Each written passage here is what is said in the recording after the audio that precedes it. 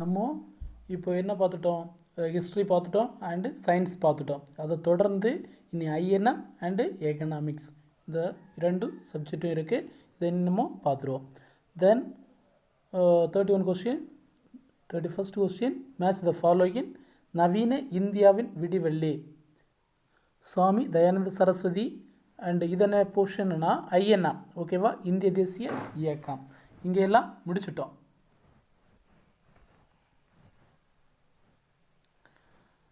New India 100% சூரிய ஒளி மூலம் என்ன தயாரித்தாங்களாம், மின்சக்தி தயாரித்தாங்களாம். அது ராஜா ராம்மோகன் ராய் அப்படின்னு போட்டிருக்காங்க. நீங்கள் ஆப்ஷன் ஏ கரெக்டாக மேட்ச் பண்ணுங்கள். மேட்ச் பண்ணிட்டு நீங்கள் பாருங்கள். 1 2 3 4. Option B 4 3 2 1. Option C 4 1 3 2. Option D 4 3 1 2. 32வது கேள்வி. சதி என்னும் உடன்கட்டை ஏறும் வழக்கம் ஒழிக்கப்பட்ட ஆண்டு 1827, 1829, 1826, 1827. பின்வரும் கூற்றை படித்து என்ன செய்யணும், சரியானதை இது பண்ணணும். கூற்று ராஜாராம் மோகன் ராய் சதி ஒழிக்க முக்கிய காரணமாக இருந்தார். ரீசன் என்னென்னா, அண்ணனின் மனைவிக்கு நடந்த சதி கொடுமை ராஜாராம் மோகன் ராய் வாழ்க்கையை திருப்புமுனையை ஏற்படுத்தியது. ஓகேவா, option A and R are correct, but reason is not correct explanation of assertion. Then A and R are correct and reason is not correct explanation of assertion. Then assertion and reason both என்னது தவறு. assertion wrong, reason correct. 34வது கேள்வி. கிபி 7ஆம் நூற்றாண்டு முதல் 17ஆம் நூற்றாண்டு வரை இந்தியாவில் தோன்றிய இயக்கம். ஆப்ஷன் ஏ பக்தி இயக்கம், ஆப்ஷன் பி சீர்திருத்த இயக்கம், ஆப்ஷன் சி சமய இயக்கம், ஆப்ஷன் டி மீட்பு இயக்கம். 35வது கேள்வி. சமூக சீர்திருத்த இயக்கம் தோன்ற காரணம். Choose the best answer. சமய சீர்திருத்த இயக்கம் தோன்ற காரணம். ஆப்ஷன் ஏ அரசியல் ஒற்றுமை, ஆப்ஷன் 2வது இந்திய செய்தித்தாள், 3வது மேக்ஸ் முல்லர் மற்றும் வில்லியம் ஜோன்ஸ் போன்றோர். 4 1854ஆம் ஆண்டு கொண்டுவரப்பட்ட சார்ல்ஸ் வூட் அறிக்கை. Option A 1 2 1 3 4 correct. Option B 2 3 4 correct. Option C 1 2 3 correct. Option D all correct. 36வது கேள்வி. 19ஆம் நூற்றாண்டை டேஸ் காலம் என்கிறோம். அதாவது 19ஆம் நூற்றாண்டு என்ன காலம்னு நம்ம சொல்கிறோம். ஆப்ஷன் ஏ சமூக விழிப்புணர்வு காலம், ஆப்ஷன் பி சீர்திருத்த காலம், ஆப்ஷன் சி மீட்பிய காலம், ஆப்ஷன் டி பக்தி காலம். பக்தி காலம். ஓகேவா, இப்போ சமூக சீர்திருத்தங்கள் 19ஆம் நூற்றாண்டை டேஸ் காலம்னு சொல்கிறோம். சமூக சரியா. 37வது question match the following. Rajaram மோகன் ராயை பற்றி. 1811 அமைதிக்கும் ஆனந்தத்துக்கும் வழிகாட்டி. 1815 பிரம்ம சமாஜம். 1820 அண்ணனின் மரணம், அண்ணியின் மரணம். ஓகேவா, ராஜாராம் மோகனுடைய அண்ணியின் மரணம். 1828 Atmiya Sabha. Option A 1 2 3 4, option B 4 3 2 1, option C 4 3 4 1 2, option D 1 3 4 2. Choose the best answer. Keshav Chandrasen 1857 Brahmo சமாஜனத்தில் இணைந்தார். ஆப்ஷன் அதுக்கு ஒரு பி 1886 பிரம்ம சமாஜனத்தின் உறுப்பினர்களுக்கு இடையே பிளவு ஏற்பட்டதால் கேசவ சந்திரசன் பிரம்ம சமாஜனத்திலிருந்து விலகி புதிய அமைப்பொன்றை உருவாக்கினார். சி பிரம்ம சமாஜம் குழந்தை திருமணத்தை எதிர்த்த போது கேசவ சந்திரசன் இந்திய இளவரசருக்கு தனது 14 வயது மகளை திருமணம் செய்து கொடுத்தார்.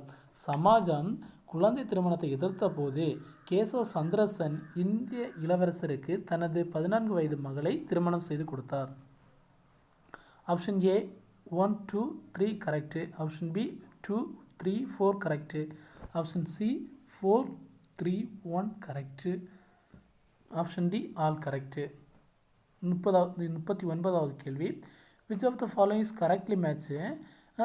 ஆத்மிய சபா தயானந்த சரஸ்வதி, தத்துவ போதினி சபா தேவேந்திரநாத் தாகூர், பிரார்த்தன சபா சமாஜ் ராஜாராம் மோகன் ராய். ஓகே, தேவ சமாஜம் ஆத்மராம் பாண்டுராங். 40வது கேள்வி. பின்வரும் கோர்ட்டுகளில் சரியானவற்றை தேர்ந்தெடுக்க. Choose the best association. Association கூற்று ராஜாராம் மோகன் ராய் ஒரு கடவுள் கோட்பாட்டை போதித்தார். இவர் என்ன செய்தார்னா, ரீசன் என்னென்னா அவர் உருவ வழிபாட்டை ஆதரித்தார் அப்படின்னு சொல்லியிருக்காரு. ஓகேவா? Then association 1 correct, B association 2 correct, C association 1 2 correct and option D all wrong. Which of the following are correct about strength of Indian economy? இந்திய பொருளாதாரத்தின் பலன்கள். அதாவது இந்தியனை பார்க்க போகிறோம், எக்கனாமிக்ஸ். சரியா?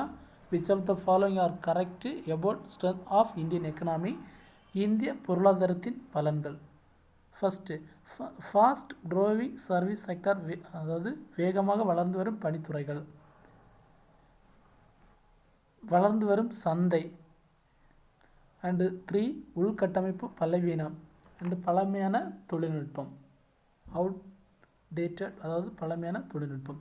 Which of the followings are correct about strength of Indian economy? இந்திய பொருளாதாரத்தின் பலங்கள். சரியா? Option A 2 3, option B 1 2, option C 3 4, option D 1 2 3 4. 42வது கேள்வி.